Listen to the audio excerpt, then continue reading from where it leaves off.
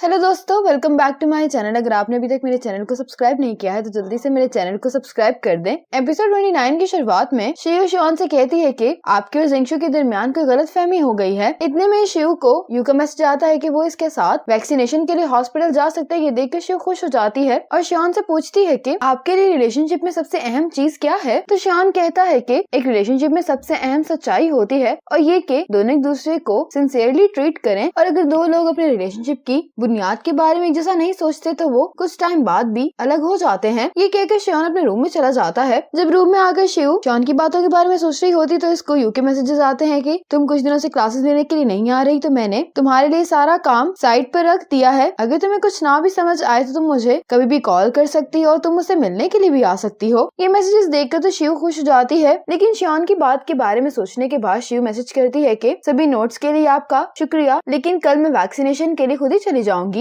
ये मैसेज देखकर यू सोच रहा होता है कि अब आखिर शिव को क्या हो गया है और अब योंगी जिंगशू को उन सभी लोगों से मिलवाता है जिसके बारे में इसने लास्ट टाइम बात की होती है। जिंगशू सबसे इंटरव्यू करके काफी खुश होती है। अब यू वो आर्टिकल पढ़ रहा होता है जो जिंगशू के साथ शिव ने लिखा होता है। इस आर्टिकल पर शिव की तारीफ करता है तो ये पढ़कर सोचने लगती है कि अगर एक दिन मैं जिंगशू की तरह ये पूरा आर्टिकल लिखूंगी तो कितना अच्छा होगा। और फिर एकदम काफी एक्साइटेड हो जाती है, कहती है कि मुझे अपनी लाइफ का पर्पस मिल गया है। और अब शिव क्लास लेने के लिए आ जाती है। शिव चंद को थैंक्स बोल रही होती है कि इसने इसके लिए जगह रखी है और अब ये इसको थैंक्स करने के लिए जूस देती है, जो देखकर यू को बिल्कुल भी अच्छा नहीं लगता। क्लास खत्म होते ही यू शिव के पास आता है और उससे पूछता है कि तुम्हें क्या समझ में नहीं आया है। तो शिव उसको अपने नोट्स दिखाते हुए कहती है कि मुझे ये वाले पॉइंट्स बिल्कुल भी समझ में नहीं आए हैं। यू कहते हैं कि ये टॉपिक्स पिछली क्लासेस में बहुत डिटेल में डिस्कस हो चुके हैं। मैंने तुम्हें जो नोट्स भेजे हैं तुम उसको पढ़ लो, अगर उसके बाद भी तुम्हें कुछ समझ में नहीं आए तो मैं तुम्हें समझा दूंगा। ये सुनकर शिव उसका थैंक्स बोलकर यहाँ से जाने लगती है। तो यू कहते हैं कि मेरी कोई क्लास नहीं है तो क्यों ना हम लोग साथ में लंच करने के लिए चलें। शिव इसके लिए मान जाती है। अब जब ये दोनों कैंटीन जा रहे होते हैं तो यू की एक स्टूडेंट आती है जो उससे कहती है कि सीनियर्स की ग्रेजुएशन सेरेमनी होने वाली है, हम चाहते हैं कि आप वहाँ पर आकर लेक्चर दें। शिव कहती है कि मैं चली जाती हूँ, आप लोग आराम से बात करें। लेकिन यू कहते हैं कि जाने की कोई जरूरत नहीं है और अपनी स्टूडेंट से कहता है कि मैं बाकी की डिटेल्स तुमसे बाद में डिस्कस कर लूंगा। इसकी स्टूडेंट पूछती है कि क्या ये आपकी गर्लफ्रेंड है, लेकिन यू इस बात का कोई भी जवाब नहीं देता। शिव से पूछती है कि आपने एक्सप्लेन क्यों नहीं किया इसको कि मैं आपकी गर्लफ्रेंड नहीं हूँ। तो यू कहता है कि मुझे एक्सप्लेन करने की जरूरत महसूस नहीं हुई। इस बात पे ये दोनों ही मुस्कुराने लगते हैं। अब शियोन प्रोफेसर ली को लियोन टेक्नोलॉजी दिखाने के लिए लाया होता है। चेन कांग प्रोफेसर ली से कहता है कि आपने हमारे साथ काम करने के बारे में क्या सोचा है। तो प्रोफेसर ली कहते हैं कि मैं अपनी यूनिवर्सिटी की लैब को नहीं छोड़ सकता हूँ, लेकिन मेरे पास एक सजेशन है कि अगर तुम डार्क हॉर्स कंपनी के साथ कोऑपरेशन कर लो तो तुम्हारा मसला हल हो जाएगा। लेकिन इसके लिए तो चेन कांग इनकार कर देता है। लेकिन शियोन प्रोफेसर ली के सजेशन के बारे में सोचने लगता है। इसके बाद जिंगशू को मैसेज आता है योंगी का, जो इसे एक चैरिटी डिनर पर अपने साथ लेकर जाने के लिए इनवाइट करता है। जिंगशू इसको रिप्लाई करने के बारे में सोच रही होती है और यहाँ पर योलिंग अपनी दोस्त के साथ बात कर रही होती है कि शियोन भी इस चैरिटी इवेंट पर आने वाला है। तो जिंगशू भी इसका इन्विटेशन एक्सेप्ट कर लेती है। अब जिंगशू और योंगी इस चैरिटी इवेंट पर आ जाते हैं और जब गॉन्जिन दोनों को साथ में देखता है तो कहने लगता है कि योंगी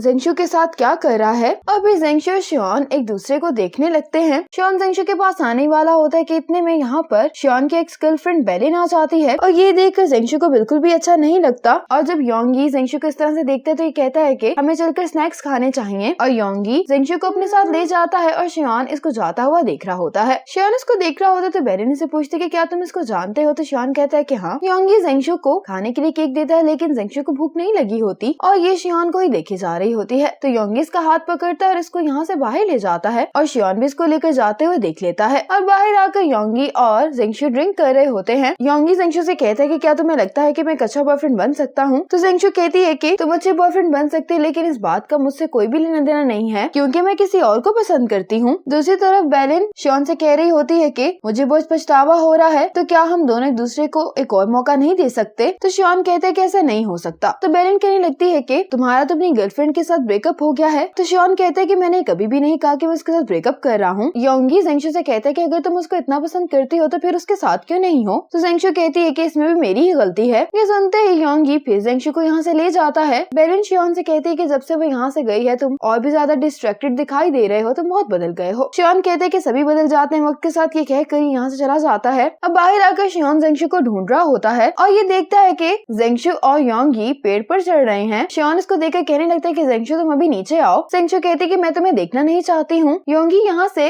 जिंगशू को व्यू दिखाना चाह रहा होता है तो ये इसको ऊपर आने के लिए कहता है, जबकि शियोन इसको नीचे आने आने के लिए कह रहा होता है। जेंगशु कहती है कि मैं नीचे तब तक नहीं आऊंगी जब तक तुम मुझे प्यार से नहीं बुलाओगे, और अब शियान इसको प्यार से बुला रहा होता है और इसको फेरी कह रहा होता है। और ये सुनते ही जेंगशु नीचे आ जाती है और शियान इसको पकड़ लेता है ताकि ये कहीं गिर ना जाए। जेंगशु शियान से कह रही होती है कि मुझे बहुत बुरा लगता है कि जब तुम मुझे इग्नोर करते हो। योंगी शियान से कहता है कि तुम जेंगशु को छोड़ दो और जाने दो। तो शियान कहते हैं कि जेंगशु को जो कुछ भी चाहिए वो मैं ही उसको दूंगा। ये कहकर शियान जेंगशु को यहाँ से ले जाता है। शियान जब जेंगशु को कार में लाकर बिठाता है तो इसको अपना कोट देकर बैठने वाला होता है कि जेंगशु को कहते हैं कि तुम मत जाओ, मैं तुम्हें बहुत मिस कर रही हूँ। फिर जेंगशु बार बार शियान का नाम लेने लगती है तो शियान कहते हैं कि मैं यहीं पर हूँ। जेंगशु शियान को हक करके कहती है कि मैं तुम्हें बहुत मिस करती हूँ। ये रोने लगती है और कहती है कि सब लोग तुमसे मिल और देख सकते हैं लेकिन मैं तुम्हें नहीं मिल सकती, मैं भी तुम्हें देखना चाहती हूँ। शियान कहता है कि फिर तुम्हें मेरे एक सवाल का जवाब देना होगा। शियान जेंगशु से पूछने लगता है कि क्या तुम्हारे दिल में मेरे लिए फीलिंग्स हैं, लेकिन जेंगशु इस बात का कोई जवाब नहीं देती। तो शियान देखता है कि जेंगशु तो सो चुकी है और फिर शियान जेंगशु को ऐसे सोने देता है और ये दोनों यहाँ से चले जाते हैं। घर पर आने के बाद शियान जेंगशु को अनब्लॉक कर देता है।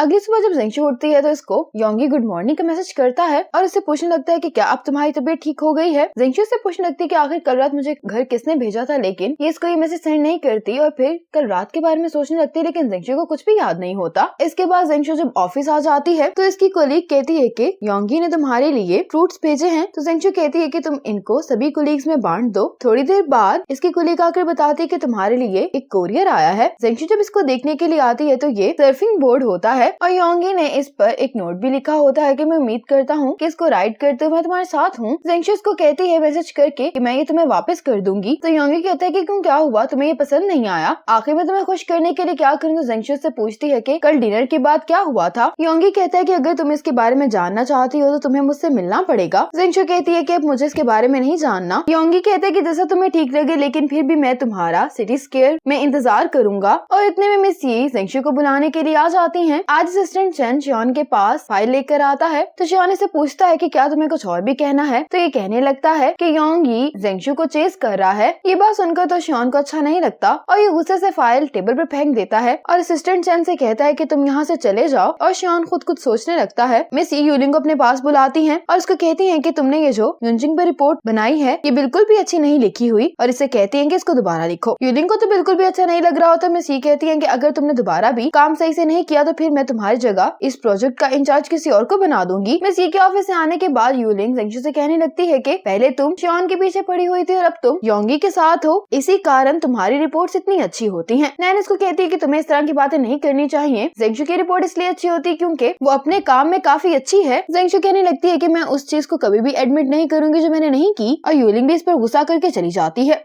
शेन गॉन्जी के साथ लंच करने के लिए आई होती है कि इसको जेंगशु का फोन आता है जो पूछती है कि क्या आज रात तुम फ्री हो। शेन गॉन्जी के साथ कहीं जाने वाली होती है लेकिन ये जेंगशु को कह देती है कि हाँ मैं फ्री हूँ। ये सुनकर गॉन्जी को डिसअपॉइंटमेंट तो होती है लेकिन ये शेन को कुछ भी नहीं कहता। जेंगशु शेन के साथ डिनर कर रही होती है और इसको बताने लगती है कि डिनर वाली रात मैंने कुछ ज्यादा ही ड्रिंक कर ली थी, इसलिए मुझे याद नहीं है कि मुझे घर वापस किसने भेजा था। ये अपने आप से कह रही होती है कि ये सिर्फ मेरा सपना है कि शियान ने मुझे घर भेजा था क्योंकि वो इस टाइम बेलिन के साथ था। तो शेन कहती है कि शियान भी तो हो ही सकता है, क्या वो तुम्हें उसके बाद मिलने के लिए आया। जेंगशु इस बात का कोई जवाब नहीं देती तो शेन कहती है कि शियान के मुकाबले में योंगी भी बुरा नहीं है, तुम्हें इसके बारे में सोचना चाहिए। जेंगशु कहती है कि फीलिंग्स एमसीक्यूज की तरह नहीं है कि हम किसी को भी चूज कर ले। दूसरी तरफ शियान गॉन्जी के साथ ड्रिंक कर रहा होता है। शियान गॉन्जी से कहते हैं कि तुम्हें जाने की इतनी जल्दी क्यों है। तो गॉन्जी उसको बता देता है कि मैं रिलेशनशिप में हूँ और शियान की हालत देखकर कहने लगता है कि मैंने भी तुम्हारी तरह ऐसे ही स्ट्रगल की है, लेकिन जो लोग आपके दिल में होते हैं आप उनको अवॉइड नहीं कर सकते, इसीलिए मैंने बात करने का इनिशिएटिव ले लिया और अब मुझे ऐसा लगता है कि मैं हर रोज ही दुनिया का सबसे खुश तरीन इंसान हूँ। गॉन्जी कहता है कि तुम मुझसे डायरेक्ट बात करो और तुम जो पूछना चाहते हो वो पूछ लो। तो शियान कहता है कि उसने मुझे कांटेक्ट नहीं किया, यही उसका जवाब है। अब गॉन्जी को शेन की कॉल आती है। शेन से पूछती है कि तुम कहाँ पर हो। तो गॉन्जी उसको बताने लगता है कि मैं शियान के साथ ड्रिंक कर रहा हूँ क्योंकि वो बहुत ही अपसेट है क्योंकि वो जेंगशु के कारण बहुत हर्ट हो गया है। ये बात सुनकर शेन कहने लगती है कि शियान के कारण जेंगशु हर्ट हुई है और अब गॉन्जी फोन स्पीकर पर कर देता है और शेन शियान से कहती है कि अगर तुमने जेंगशु के साथ ब्रेकअप ही करना था तो फिर उसको टॉर्चर करने की क्या जरूरत थी। अब गॉन्जी पूछने लगता है कि क्या जेंगशु योंगी को पसंद करती है। तो शेन कहती है कि जेंगशु के दिल में उसके लिए कोई भी फीलिंग्स नहीं है। ये बातें सुनने के बाद शियान यहाँ से चला जाता है। गॉन्जी शियान को देखने के लिए आता है तो ये साइड में बैठा होता है। गॉन्जी कहने लगता है कि तुम्हें क्या हो गया, मैंने तुम्हें पहले ऐसे कभी भी नहीं देखा। तो शियान कहता है कि मुझे खुद भी नहीं पता और इसी मोमेंट पर एपिसोड 29 खत्म हो जाती है।